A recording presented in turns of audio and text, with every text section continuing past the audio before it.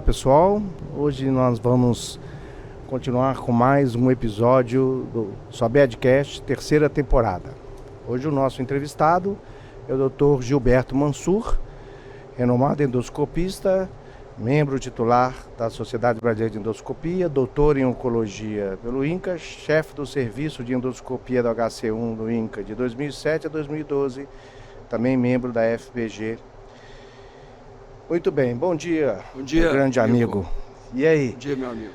Vamos discutir um pouquinho sobre essas questões muito comum em colonoscopia, né? A gente às vezes está na nossa rotina de colonoscopia, com aquela agenda marcada, aquele número de exames já pré-determinados, e de repente a gente dá de cara com um número muito grande de lesões ou uma lesão muito grande. Então, a princípio, assim, como é que você encara essa situação, né?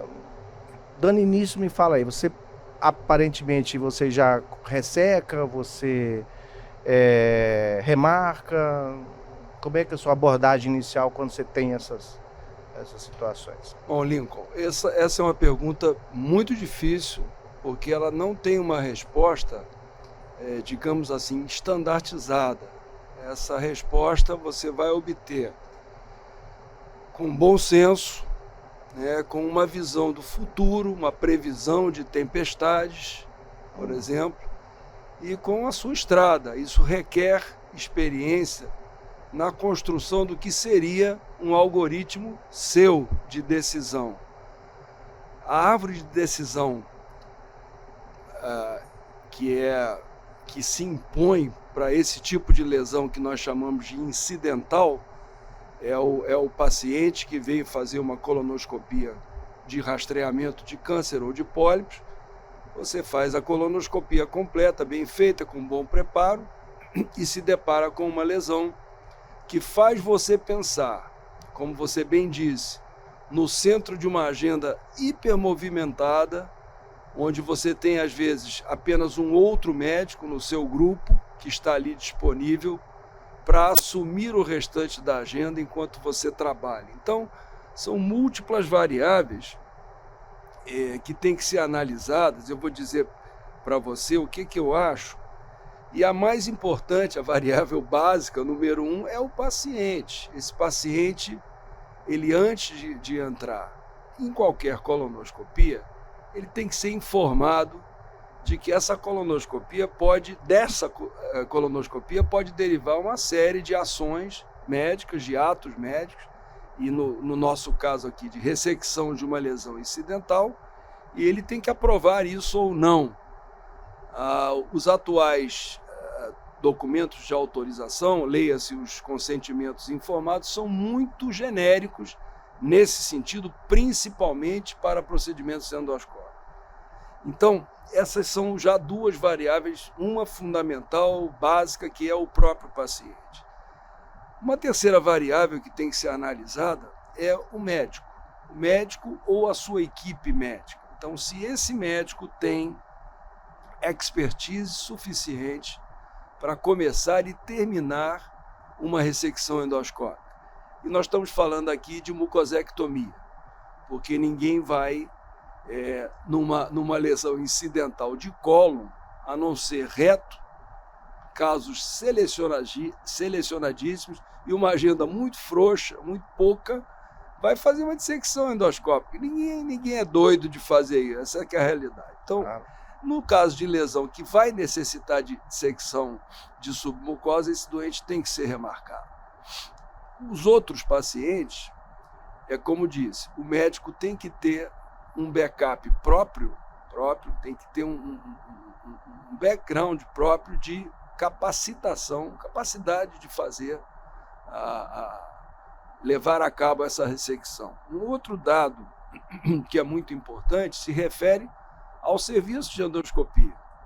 Se esse é um serviço que está dentro de um ambiente hospitalar, ou se esse serviço está numa clínica, num ambiente mais ambulatorial. Então, prosseguir numa lesão, na ressecção de uma lesão, que pode gerar eventos adversos que necessitem, por exemplo, de cirurgia ou de terapia intensiva ou das duas, tem que pensar não 2 nem 3, mas tem que pensar 10 vezes se vale a pena mexer ou se esse é um paciente para remarcar e ressecar programadamente. A outra variável muito importante é referente ao equipamento. Então, se você tem hoje, e é obrigatório isso, aparelhos de alta definição, você pode, numa mirada dessa lesão, determinar que é uma lesão que vai gerar dificuldade, lesão que tenha sinais endoscópicos, com cromoscopia, com magnificação, de que pode haver uma penetração vertical intraparietal dessa lesão. Então, esse é um paciente que, de fato, você não deve mexer, e alguns grupos e alguns médicos preferem nem biopsiar essas lesões, para deixá-la intocada para uma futura ressecção. Se você tem, por exemplo, um backup de equipamentos, porque no meio de um procedimento desse, pode ser o aparelho dar defeito, não só o aparelho, como a processadora. Tem que ter um backup de equipamento. Uma outra variável, essa é fundamental também, é a colonoscopia. Essa colonoscopia, ela tem que atender a todos aqueles requisitos de preparo e de intubação do seco, que são indicadores de qualidade, para você não deixar escapar a lesão. Uma vez que você viu a lesão, a análise da colonoscopia passa para um segundo plano, que é o seguinte: qual foi a sua dificuldade de chegar no seco? Isso conta. Então, você tem um paciente com uma doença diverticulado sigmoide espástica, somada a um dolicocolo, um colo imenso, que você demorou entre a introdução no ânus e a chegada ao seco, 35, 40 minutos. E ao chegar no seco ou ali no colo ascendente, você tem uma lesão de 2 centímetros, com a cara boa, sem critérios de suspeita, de suspeição para malignidade. E você, então, esse é um ponto que você vai contar teu bom senso, tua experiência. Vale a pena, sim, fazer a ressecção de imediato dessas lesões, e em outras situações é possível também que essa decisão seja feita na hora e o doente seja submetido à ressecção, como, por exemplo, lesões do reto, que é uma região do cólon segura para operar sob qualquer ótica. Deixa eu só fazer então um comentário aqui, Gilberto. Porque você está colocando aí uma quantidade muito grande de variáveis, que eu acho que é importante a gente ir aqui step by step para o ouvinte entender isso. É, né? Claro. Então, eu estou entendendo aqui que é muito importante, por exemplo, a localização da lesão, isso ela pode interferir nessa decisão. Claro. O tamanho da lesão. O tamanho. A qualidade da aparelhagem, se você tem ou não, por exemplo, condições de definir, porque às vezes você não vai tentar ressecar uma lesão que nitidamente você tem um aspecto de invasão profunda. Evidente. Né? Nesse caso, aí sim, você já define que ela é uma lesão que não tem indicação de ressecção, nesse caso a biópsia está até indicada, claro, porque aí já vai para o cirurgião. Isso. Mas aí você precisa de ter material, porque muitas vezes você precisa tatuar. Então você precisa saber se você está devidamente equipado. Sem dúvida, né? Sem dúvida. Então, agora, além de todos esses fatores, o backup, eu acho importante, a agenda, né? Porque às vezes a gente fala muito eticamente assim, não, mas a gente tem que pensar no paciente. Mas tem outros pacientes lá fora esperando. Claro. Se você está sozinho numa clínica fazendo exame, você tem 5, 6 colonos, o seu primeiro exame, né? Que é quando você está mais descansado, é uma lesão grande, você vai deixar os outros esperando ali horas. E os outros vão ficar reclamando, atrasado, é verdade. Exatamente. Isso tem que ser levado em consideração, claro. Então, aí eu queria que você comentasse um pouco mais sobre esse tipo de coisa. Eticamente, assim, você tem como equilibrar essa questão de você, ao mesmo tempo, não querer sobrecarregar o sistema e o paciente com novos exames, mas, ao mesmo tempo, você precisa oferecer uma segurança, você precisa respeitar os demais pacientes que estão ali fora esperando na sua agenda. Como é que a gente equilibra? E vou só acrescentar uma pimentinha aqui nessa discussão, né? A questão da fonte pagadora, que muitas vezes, sem a autorização devida, prévia dos acessórios que você pretende usar, pode gerar um prejuízo para a instituição onde você está realizando um procedimento, né, se não for muito bem documentado. Então, dá uma pincelada nessas condições para a gente. Verdade absoluta, né? Vamos falar um pouquinho de localização da lesão. Então, eu já dei esses 2 exemplos anteriormente, lesão do cólon direito, que é uma área mais, entre aspas, perigosa de se operar, e versus o reto. A questão da tatuagem é fundamental. Então, tatuagem exige apenas um acessório, que é o injetor, e o nanquim, que é encontrado em qualquer, sem a maior dificuldade, é muito barato. Mas, se você progride na ressecção em primeira instância, você vai ter que ter um arsenal de equipamentos que não é muito grande, mas que é muito caro, como, por exemplo, os hemoclips. E se essa instituição que você trabalha não tem um acordo prévio com a fonte pagadora, de que, em caso de necessidade, mediante justificativa de utilização, o médico vai usar sem prejuízo para essa instituição. E, além disso, tem que haver a disponibilidade desses acessórios nesta determinada instituição. Vários locais onde você presta serviço, eles não têm material estocado ou consignado. Esse é um problema. Então, para toda a colonoscopia, baseado nessa premissa de que, se houver possibilidade de ressecção em primeira instância, você vai ressecar, é necessário ter um equipamento mínimo, que é a alça de polipectomia de 2 diâmetros, pelo menos, um injetor endoscópico e um backup do injetor, porque esse é um instrumento que frequentemente dá problema, tem que ter um segundo, né? Sim. Você vai precisar, eventualmente, de uma pinça de biópsia, você vai precisar, para facilitar, de uma cesta coletora de pólipo, você vai precisar ou de um basket, ou seja lá, de qualquer outro acessório de resgate, você vai precisar de alguma fonte de eletrocoagulação, seja um coagulador bipolar ou até o plasma de argônio, e você vai ter que ter, evidentemente, instrumentos para hemostasia mecânica ou para tratamento de perfuração, que é o clipe. Então, eu não sei se essa resposta lhe é suficiente. Eu queria comentar um pouquinho sobre a questão da lesão em si, né? Então, não existe um número mágico que diga, olha, além de 2 centímetros, remarca, abaixo de 2 centímetros, resseca. Sim. Não é só isso. Como você bem disse, depende de onde a lesão está, depende também do tamanho, depende das características macroscópicas, sejam elas em luz branca, ou sejam elas com filtros, né, com cromoscopia digital e muito mais ainda com capacidade de magnificação.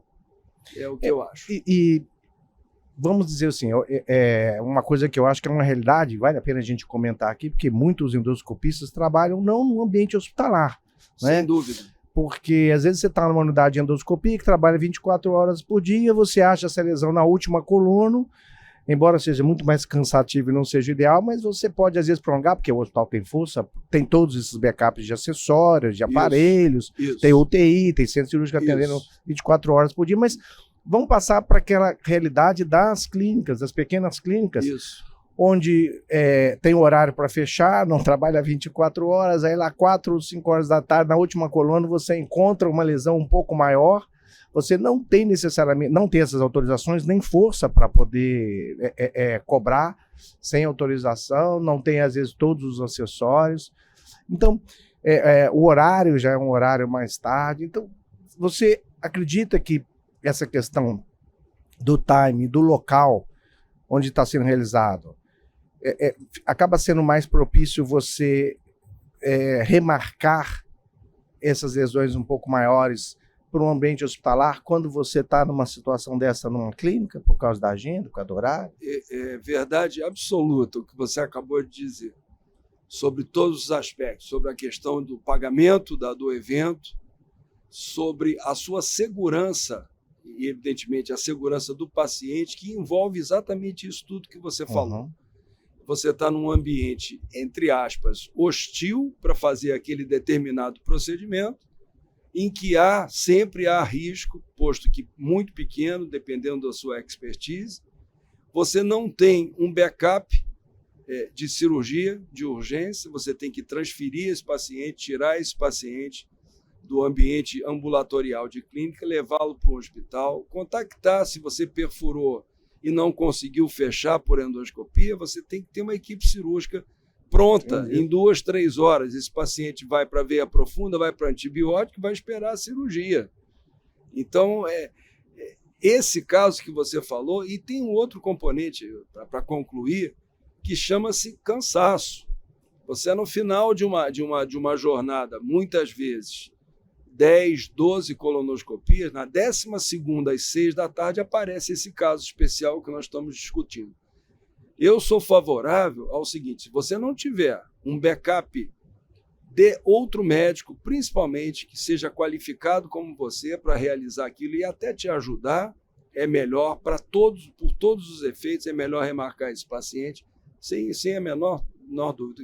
E vai explicar ao paciente: olha, o senhor tem aqui uma lesão que tem algum grau de suspeição, nós preferimos remarcá-lo para fazer uma cirurgia endoscópica e não uma colonoscopia de diagnóstico, que foi para o que o senhor esteve aqui hoje, ou a senhora esteve aqui hoje. Aí você tocou num ponto que é muito importante, né? A abordagem ao paciente e à família, como explicar, né, a necessidade de uma nova coluna. Quer dizer, informar que, na verdade, essa postergação ou essa necessidade de remarcar para um ambiente em um horário mais propício, na verdade, é uma proteção, é uma segurança que você está oferecendo a ele. Claro. Porque ninguém vem numa coluna, de repente, para sair de uma clínica com risco de uma perfuração, uma hemorragia.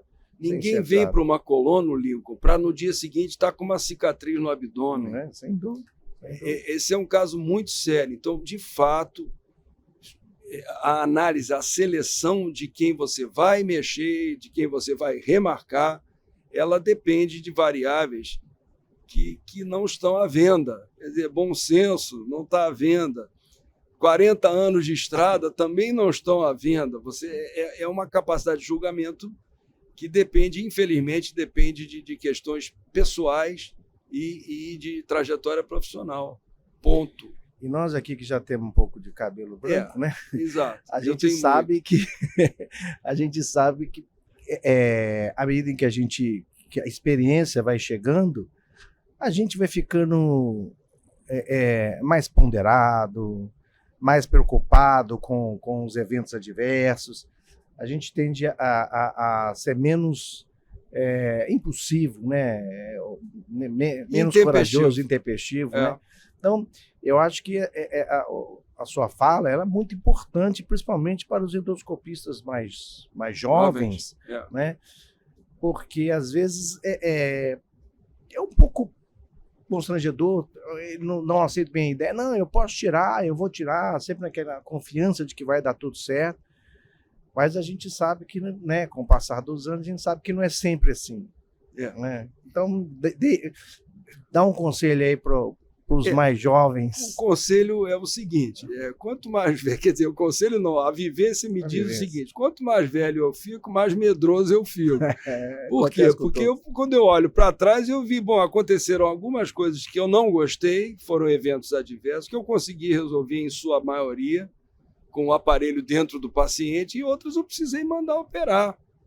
Não tem jeito. Então, de novo eu digo, essa estrada te ensina um pouco disso, a ter medo.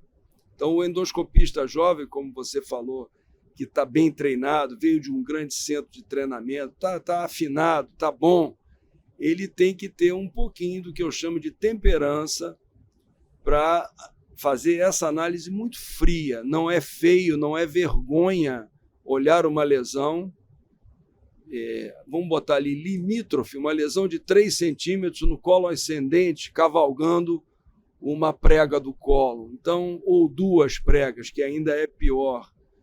Esse é o caso para só olhar, filmar, fotografar, fazer a cromoscopia, eventualmente fazer uma biópsia, até porque ela substancia a sua conduta.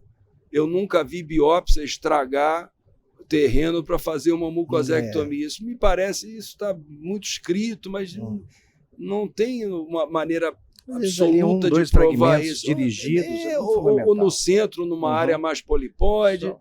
Então, isso não vai incomodar a tua ressecção futura. Não há vergonha, não tem que ter vergonha de remarcar um procedimento. Então, Pelo contrário, tem que ter orgulho, porque você está preservando, antes de mais nada, a nossa variável número 1, que é o paciente e a segurança do procedimento. Então, resumindo aqui, né, são múltiplos fatores envolvidos nessa decisão, pelo Sim. que eu entendi da sua grande experiência, que vão desde as questões do consentimento informado, da localização, do tamanho da lesão, do preparo, do colo, da disponibilidade de equipamento, expertise, do auxiliar, se está preparado ou não, do horário. Claro. Ou seja, é uma gama de fatores que devem ser analisados, que você comentou aqui todos, com muita maestria, e que precisam ser todos colocados na balança para que a decisão seja tomada sempre tendo como foco principal o paciente. Já que a literatura não te traz diretrizes, não te traz protocolos e muito menos algoritmos, você tem que criar o seu próprio algoritmo baseado no item número 1, inabalável, que é segurança. Ok, meu amigo. Acho que eu tenho que te agradecer muito. Eu que agradeço a oportunidade. É uma experiência gigantesca nessa área, é um colega reconhecido nacionalmente, internacionalmente. Obrigado. Então, foi um prazer imenso, uma honra. O prazer foi todo meu e a honra maior ainda aprender com vocês aqui e disponibilizar essa nossa conversa para toda a Sobed. Muito obrigado. Obrigado a você.